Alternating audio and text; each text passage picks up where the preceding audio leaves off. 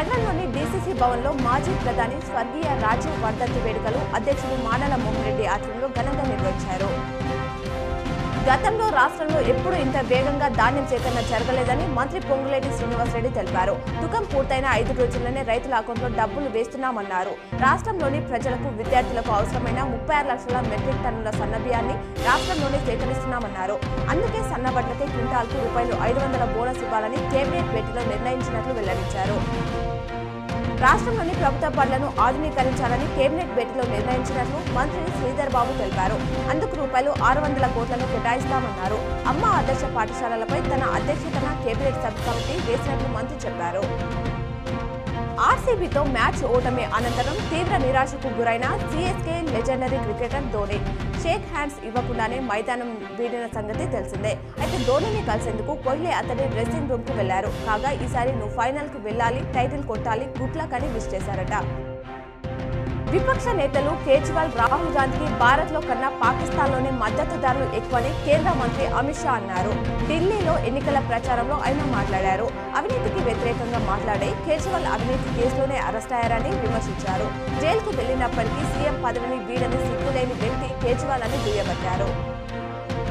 తమ సమస్యలను తక్షణమే పరిష్కరించకపోతే రేపటి నుంచి విధులు బహిష్కరించి సమ్మెకు దిగుతామని జూనియర్ డాక్టర్లు ప్రకటించారు. ఈ మేరకు వైద్య విద్యా డైరెక్టర్ ఎస్ వాణికి జూడాల సంఘం నేతలు నోటీసులు అందజేశారు. స్టైఫండ్స్ ప్రతి నెల సమయానికి ఇవ్వాలని, బకాయిలు చెల్లించాలని వారు డిమాండ్ చేశారు. ఖైరతాబాద్ ఆర్టీఓ కార్యాలయం నిర్వహించిన ఆన్లైన్ వేలంలో వాహన ఫ్యాన్సీ నంబర్ రికార్డు ధర పలికింది.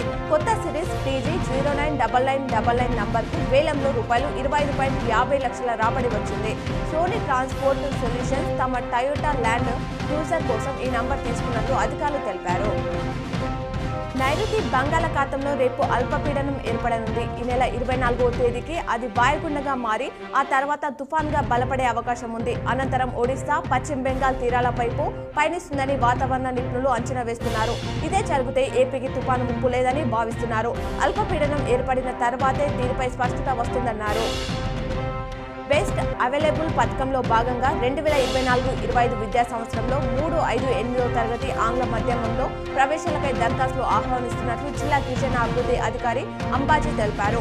3వ తరగతిలో బాలురకు 7, బాలికలకు 4, 5వ తరగతిలో బాలురకు 4, బాలికలకు 2, 8వ తరగతిలో బాలురకు 3, బాలికలకు 2 సీట్లు ఉన్నాయని ఆయన వెల్లడించారు.